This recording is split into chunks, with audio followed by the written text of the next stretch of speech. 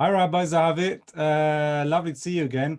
I was going to ask you about questions on Seder night. Tell us about good questions on Seder night. Okay, thank you. Hello, Rabbi Oliver. The story that comes to mind is quite a famous story, actually, about Isidore Rabi, who is the Nobel laureate in physics. He has a story about how he became a scientist, and he says, in the neighborhood, every parent would greet their kid and say, you know, how is school today? And did you learn anything? And he said, my mother made me a good scientist because she asked me, Izzy, she would say, did you ask a good question today? He says, asking good questions is what made him a Nobel winning scientist. Like it's about asking great questions. So clearly our pedagogy in Jewish life, like really, really cared about asking good questions. It's embedded there. That's the whole point of the Seder. Right. So how do we bring the aspect of asking good questions to the center of our Seder? How do we do that? Well, the Seder sets us up to do some slightly weird stuff that will provoke questions. It asks us to sit in a funny way and eat funny things and do things in a funny order. And all of that is designed to provoke questions. I mean, there are famous stories about, people throwing stuff at their kids and, creating all kinds of bells and whistles and fireworks to sort of try and prompt a response. So I think that we do try to create, in some ways, a little bit of confusion. And we say, look, it's going to look a bit messy. And then our kids will be like, what are we doing exactly? So that's a start. That's where we start from. Maybe it's also that we talk about telling. So we talk about how other people have told this story and we bring that in. So there's a meta aspect to the way that we talk about telling stories, that you can choose how you tell a story. If you think about it, like when your children say to you, tell me about when I was born, mum, you can start the story in different places. You can start with we really wanted a baby. You can start with the day I went into labor. You can start with the day we brought you home from hospital. And like, in a way, it's about showing that there's different places you can start the narrative. We start with Avadim Hayinu. We were slaves in Egypt. But we dance around a bit because we also start a piece of narrative that says, the Torah tells us one day your children will ask you, what exactly are you doing? Hmm. That's another place you can start a story. So we're shown that we can start questions and stories. It doesn't matter if you start in a messy way, as long as you keep going and drill down into some of the interesting material.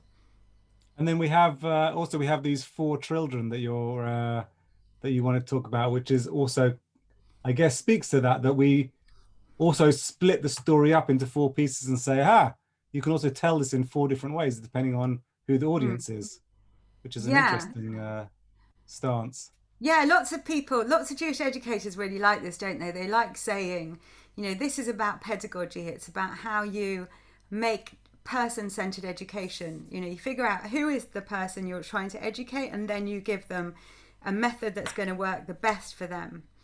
Mm. I think it's so advanced, that it's really thinking hard about the different kinds of learners and what they respond to. I mean, we've talked a lot about this with Nikki Jackson, our director of education, about learners who like hearing things, who like seeing things, and then you bring them props.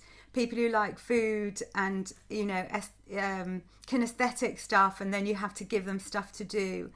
Thought a lot about the different kinds of person who wants to learn. Yeah, wonderful.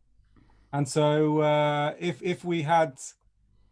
if you were thinking about kind of a couple of suggestions that you love to bring to your family Seder, or different ideas about how to tell the story of your family Seder, what would you offer us? What do you offer us up this year? Oh, that's interesting. I mean, I think probably the best thing that we can all do is think about the people who are going to be around the table and actually Mm, send them a something in advance. mm, Often it's a mission or it's a question. Bring an inspirational object, or bring something that represents freedom, or you know bring a line from a poem that you like, or a headline from a newspaper. Almost anything can be the springboard, because Mah Nishtana is about children noticing what's going on around them as a way to begin a conversation. Like, the first thing is to capture their attention by making sure that they're actually present. So I guess the first thing you can do is make sure that the people who show up know that you care about them being there and that you have specific desire to be in conversation with them. So probably the best thing we can all do is break off now and send a quick message to our loved ones saying, please bring this or do this. That's possibly it. Brings people much more to invest into the storytelling themselves rather than to be passive participants. Yeah. I guess that's another aspect of that engagement, of the role playing and of that engagement. You had another. Go on. No, I quite like when I teach classes. I quite often say, "Does anyone remember what we were doing last week?" That's often my opening, and I think like we all have to take a moment to get ourselves back in the zone. And then if we can, then we have a much more successful class once we've actually vaguely remembered what we were here for. Like there's nothing worse than like showing up and like you can't remember what you were there for. Like you need to kind of ease in a little bit.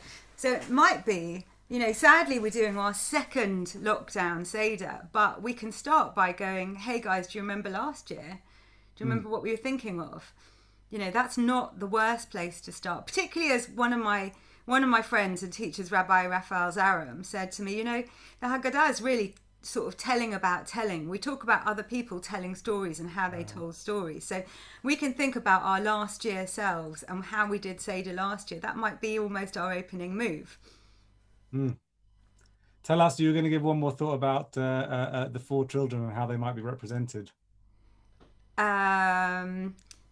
Well, I was one of the books that I was reading was talking about how the 4 children are different kinds of learners, and it says they're schematizing of different learning personalities in Pirkei Avot as well, and in other parts of our Jewish corpus of literature. And it just talked. This was by a teacher called Dr. Erica Brown, who taught me many years ago. She just reminded us that in Pirkei Avot, it talks about 4 types of learners. There's a sponge who absorbs everything, a funnel who takes in everything but then lets everything go, the strainer, which rejects the wine but keeps the sediment, which you might think is the wrong way around, and the sieve, which rejects the coarse flour and retains the fine flour, which nutritionally is not the best way, but in terms of like the economics of making bread, maybe it is. But then she goes on and she just says, remember that we learn so much and we forget so much. Like all of us are prone to forgetting. So the first thing we do is just like remind ourselves where we are and what it was that we were trying to do. And I think part of the weirdness of this year is that a lot of the way that we learn is that we associate learning with the physical location that we were. And we remember that, it was the morning when I got on the train and there was an announcement and then I bumped into my friend and we had a chat. And then when I got off the train, it was hailing and that was really weird, but we haven't gone anywhere this year. So it's much harder to have an association with where we did the learning. And I wanted, therefore, to acknowledge how much harder that makes things and to attempt to screen share a meme. Actually, you might need to enable me to screen share a little meme which speaks about the sort of ennui of being in this sort of same physical space that we've been in so much. And it says, look, here's the Venn diagram of quarantine and Pesach, and there's a total overlap because lots of people have been drinking 4 glasses of wine with dinner, and lots of people having to been reminding ourselves, is this a special day? What special day is this? It feels like every other day. And lots of us have been lolling around and eating while leaning on a pillow, which is a specific Pesach habit, but also something about letting yourself go. And lots of us have had days and nights bleed into each other, so we've been staying up at funny times of day or night because we don't really need to be up in the morning at specific times. We've all fantasized about having guests over. So the imaginary guest, Elijah, is just one of the many fantasies we've had about wanting people in our house.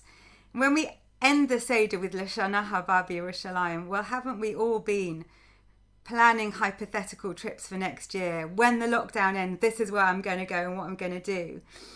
And we've all been reminiscing about being free. And it's really culminating this year at Pesach, but it's actually something we reminisce about a lot because every time, we tell a story, we're like, hey, remember those days when you could go to the pub or go to hang out with your friends in their front room?